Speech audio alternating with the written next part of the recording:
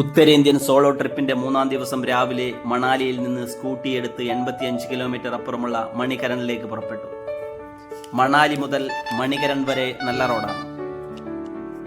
അത് കഴിഞ്ഞ് മണികരണിലേക്കുള്ള റോഡ് കുറച്ച് ദുർഘടം പിടിച്ചതാണ്. ചെളി നിറഞ്ഞ വഴുക്കലുള്ള പാത, ചെറിയ അശ്രദ്ധ പോലും വലിയ അപകടത്തിലേക്കെത്താം.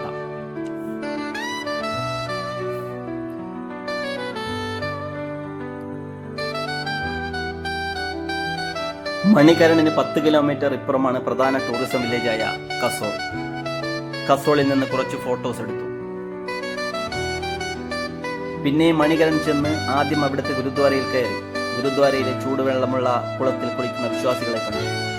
പിന്നെ കുറച്ച് മുന്നോട്ട് പോയി യഥാർത്ഥ ഹോട്ട് സ്പ്രിംഗ് കണ്ടു. ശേഷം റൊട്ടിയും സബ്ജിയും കഴിച്ച് അരമണിക്കൂറിന് ശേഷം കുളുവിലേക്ക് തിരിച്ചു. കുളു സിറ്റി ടൂർ നടത്തി. അതിനുശേഷം കുറെ ഫോട്ടോസ് എടുത്തു.